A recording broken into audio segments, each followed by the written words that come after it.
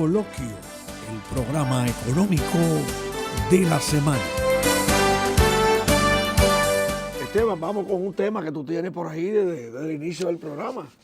Hablábamos del informe que emitió el gobernador del Banco Central sobre el crecimiento de la economía medida por el Producto Interno Bruto, donde hace referencia a que la economía creció 6.6% durante los primeros 5 meses de este año.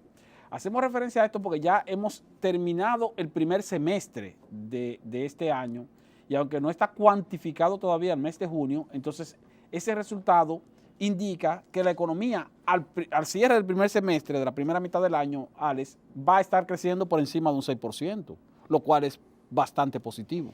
Bueno, ese es el informe del Banco Central, pero hay, por ejemplo, temas en este primer semestre, Esteban, a nivel, por ejemplo, de la inflación y de nuevos compromisos para el fisco, como es el caso de que el gobierno en el presupuesto nacional calculó el barril de petróleo a $50, pero ocurre que ha llegado a $70 el barril de petróleo. Sí. Y uno, por ejemplo, pregunta, ¿qué impacto pudieran tener los apagones financieros en la economía dominicana?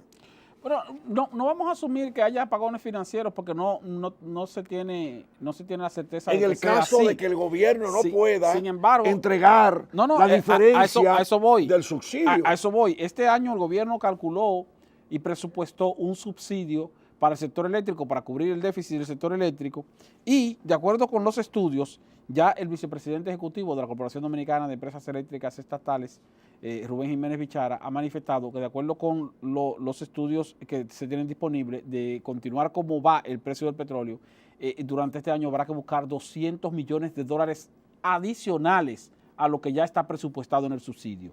Es decir, $200 millones adicionales, estaríamos hablando, Alex, de una cantidad importante de la cual no se dispone en términos... ni está presupuestado. Exactamente, no se dispone en términos de presupuesto y que habría que buscarlo. ¿Qué pasa si el gobierno no busca esos $200 millones adicionales para cubrir el subsidio al sector eléctrico? Bueno, apagones. O las distribuidoras mejoran sus cobranzas para poder conseguir a través de una mayor eficiencia esos $200 millones, que es muy difícil. Sí. O entonces va a producirse un efecto sobre el servicio eléctrico, eso es inevitable. Entonces eso es por el impacto del precio del petróleo, para que se tenga una idea, porque todavía hay una alta dependencia del petróleo o de los derivados del petróleo en la generación de electricidad. Estamos hablando de un 80% del impacto de los combustibles fósiles en la generación de energía. En la generación de energía. Entonces hay ya no un 80%, pero sí un porcentaje alto. Pero aparte de eso, Alex, calculando un 20% de la energía alternativa. Sí, pero tú sabes que está el gas natural, exacto, está el carbón mineral que también se produce. El gas natural ha ido creciendo la oferta de energía a través de ese combustible de bajo costo y de baja contaminación. Y lo del carbón mineral hago referencia porque fíjate algo, Alex, en la medida en que siga subiendo el precio del petróleo, va a ser más necesaria y justificable la central termoeléctrica de Punta Catalina. No, y además aprobar todos los proyectos de energía alternativa. Los proyectos de energía alternativa que están en marcha. Conectar, por ejemplo, todas las viviendas que tienen ya sistemas instalados para generar energía con paneles y con turbinas de viento. El editorial del periódico Primicia esta semana aborda ese tema para de sur, de norte, de este. Y es interesante Comisión Nacional de Energía y la Corporación Dominicana de Empresas Eléctricas Estatales. Sí, es interesante eso porque aquí hay muchas personas que tienen la posibilidad de convertir por lo menos una parte de su hogar a el uso de fuentes alternativas y renovables para la producción de energía y así alimentar sus hogares.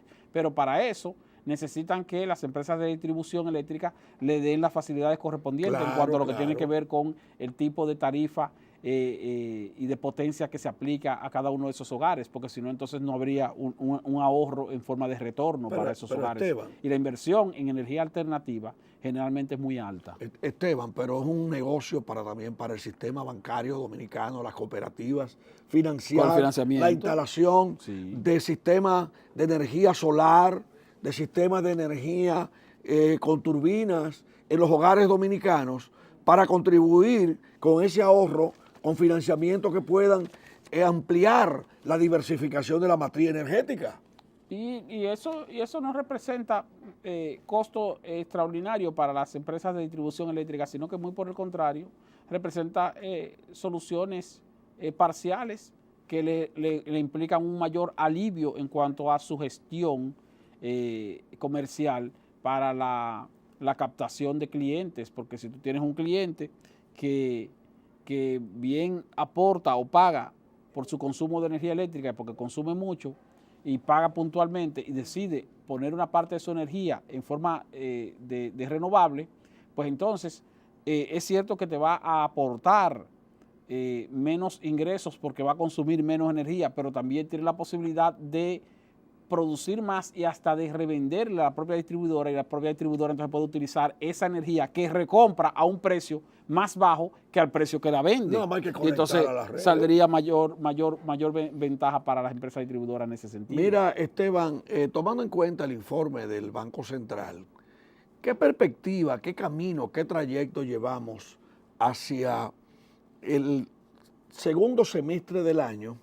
Porque, por ejemplo, en estos días hicieron un almuerzo, los exportadores dijeron que hemos exportado 2.221 millones de dólares. Pero hablaban del primer trimestre. Del primer trimestre. Pero si tú dices, se han si aportado 2.200 millones de dólares.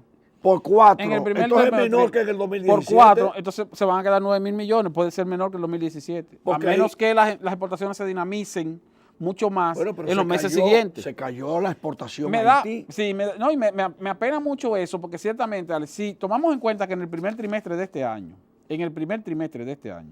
la economía creció 6.4%. Sin embargo, las exportaciones sumaron 2.200 millones de dólares, con un crecimiento de 6.4%. Eso te indica entonces que las exportaciones no apuntan a subir mucho más, porque no creo que la economía crezca más de un 6.4% en el transcurso del año completo. Si tú multiplicas eso por 4, tal como tú has dicho, serían 8.800 millones de dólares. Entonces yo, cuando vi ese serían número, más de 1.000 millones de dólares menos que el año pasado. Y hablaron de que las exportaciones subieron, que yo cuánto porcentaje. Yo quedé muy preocupado sorprendente, claro, con ese escenario. Ese escenario no es nada positivo. Y pero vamos a ver qué ocurre en lo que sigue del año. Yo quiero, ya finalizando, recordar una cosa que me dijo Manuel Díez Cabral cuando era presidente de la IRD, que una vez él se montó en una avioneta por el Caribe para conseguir nuevos clientes. A buscar clientes, sí. Entonces, aquí en el país, si queremos mayores exportaciones, debemos montarnos en los aviones a buscar mercado y dejar de estar comiendo tanto en eventos, en hoteles de aquí del país, que lo único que hacen es que salen en las portadas de los periódicos.